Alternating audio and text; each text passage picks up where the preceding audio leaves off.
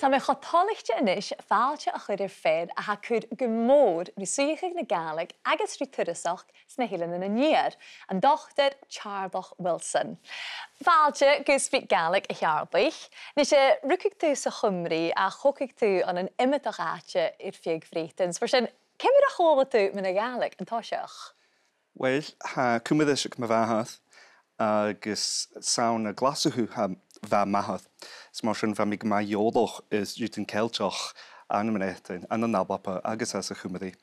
Ach bawn y arin y fa mehenafath mahath mahar agus fa Gaeilge ich agus fa mi cainioch ha na cynnichyn has da hymys fa figi conras cabadich the perichen as a hitchen and a Gaeilge agus an ocean nur fa me rydbig na behine an ocean fa me ocean Gaeilge a hogail cydach fa iawn sich mi cwmyddish cydach agus fa mi cantal am hyn ha mi ocean canon na dechanig dydys canon na man as an hyrloch hogail ha mi ocean quantity an hyrl tra húlin na man as an hyrloch ma fahos ma hennefath. Ach a ganin sin, cha be a Gaeilge hiad chanan a hoca gefilante a farach cymrish?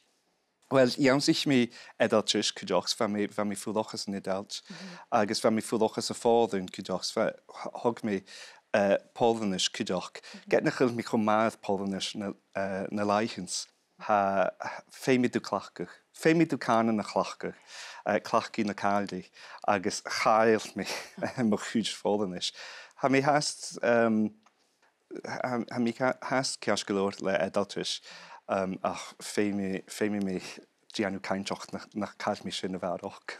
Haís an isio gyfylw ffyrach an yn Leòdhas, an eisiau gein cwn agus cyrson ag lwys yw gynnilan?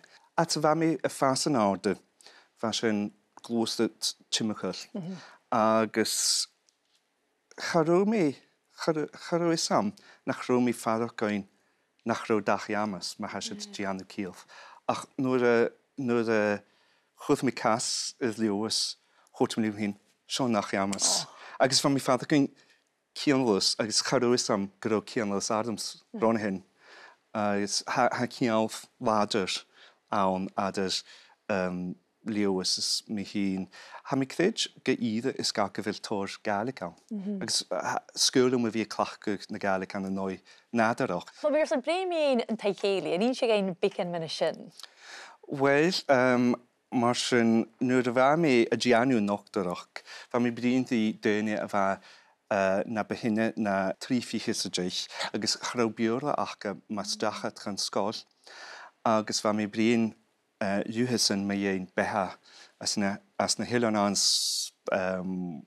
Gaeilge man hadrid yn y gaarachwch agus fa tor y gynschon gyro at y giondorin na cèilidh. Agus fi gyda gra at y fa mysio ffas yn awd fi cèilidh nach ni. Agus chyfig dynnu dianw appointments. Fig dynnu diadwch yn nochgwch ag naris. Agus ha mi giondorin sy'n fi gyda gra dwyms. Smar sy'n nŵr fa mi jysiol leis yn nocdarach yn ocean agus fa Covid y dolf agus at y fa mysio ag iansach y Gaeilge chyrw mi ffein na hynna chorman a fa mi ffein as yn edal dras y ffoddyn.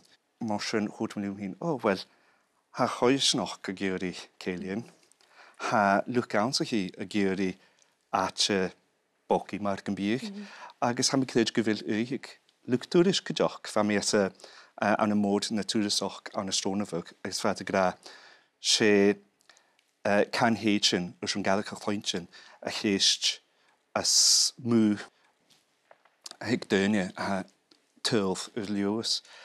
Agus mar sy'n hachyd mi fi boddenoch iddo fel Maggie Smith, Maggie Nick Garoin, agus ddain sy'n yng Nghymru gwrw sy'n yw'n atcha sondiche, atcha crynichi sondiche yw'n y Gaeilge a hogail an y Leòdhas. Agus sy'n y ddain sy'n. Wel, tapal ita Teàrlach, fe sydd choin sy'n agus chili sy'n chynna sy'n na satcher yrst ys y program. Ach rhan sy'n Jimmy gynniwn sig sy'n bycyn y farach Gaeilge. Ha Teàrlach Wilson iras códharúm in isise, agus a dheardaigh sé tuirasach cúspar a phrógram seo, agus ha go bhfuil sa go mór an tas as an upar sin leis an taobh chéile. Deach in éon sé géin bicin mina sin?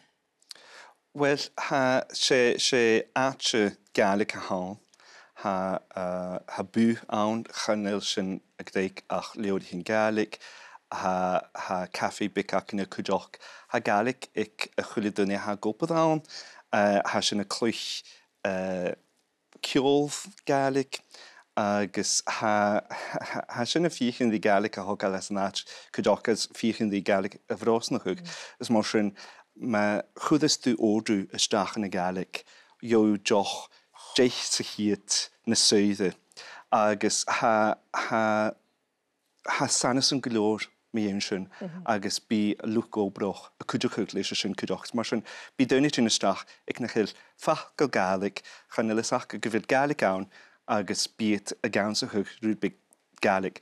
Sa céiniam bheit sasa noch bod noch a sasan is the lava seo agus bheit fiechan dí Gaelic a chhlachgus nuair a bheit cuair ódú isteach agus bheit luch óbroch go cúideach agus bheit an hin fat stocha tríú in híd mar sin agus at a bheit fallah thutíí dúmsa. Chwth mi Duolingo the phone achams. Agus bhain mi lesan mar ha. A siad ma apar brosnach ige sin. Agus deach a tócail sin, décha máchal sa ha luch tuéis as an náirsineach éiad canan agus cultúr na Gaelic na hílean. Well, ha rúd big neonach, mas tíich ha tóir Leòdhas ach go, well, ha fis ach go cú go bhfuil ceolh tar a disanta ann us go bé píbarach sutan ceant leis a Gaelic. Leis a chanan héin, a hún a chanan héin, ha mescach a gáil. Agus bí cúideach go bíasach go bhfuil canan a da dhealaíte ann. Os na nila chahí cáliasach go. As a chumantas, ha sin a féin go bhfuil uig ag dúnig atá bíad a tína stach, bíad a clúinte na Gaelic agus bíad a féich an Gaelic na sainechin, bí tóir muintin na scídas dói cúideach spiatan a bíon Gaelic dí chéile, bí tachadas an acne. Smar sin ha si a tocail uig acha as a chanan. Leis sin ha, cymryd a ha choirsneach? Mín sin an áte hín ar galrí sin áte? O, ha sin a féin tóir taich fan na choirsneach, ha tóir regular acne, ha si chus nach, agus ha imidag duine tínasteach, sauna luas a had fy hús, ha Gaelic ach a fy hús, agus bíad a gra, och, lis acus, mas da gosga siw, cha da fwyich mi, cho trich na chill mi clach ag na Gaelic, agus yn ys ha mi clach gachwach a fawr. Nishe, ha uifod ac un i'r SpeakGaelic an a naparstin agus fachlin na Gaelic. Cwn yw'n Seilteach? Se seán Abair a Seálúms ach sear scúr na scáneach. Sear scáneach na bíag má agas. It's scúlum sin is ga. Wel, ha fiar na chyd. Nid ha pís má céic i'r da fialú. Ha rwysyn cwyd. Fe mi fogol agal. Sinna dídoch.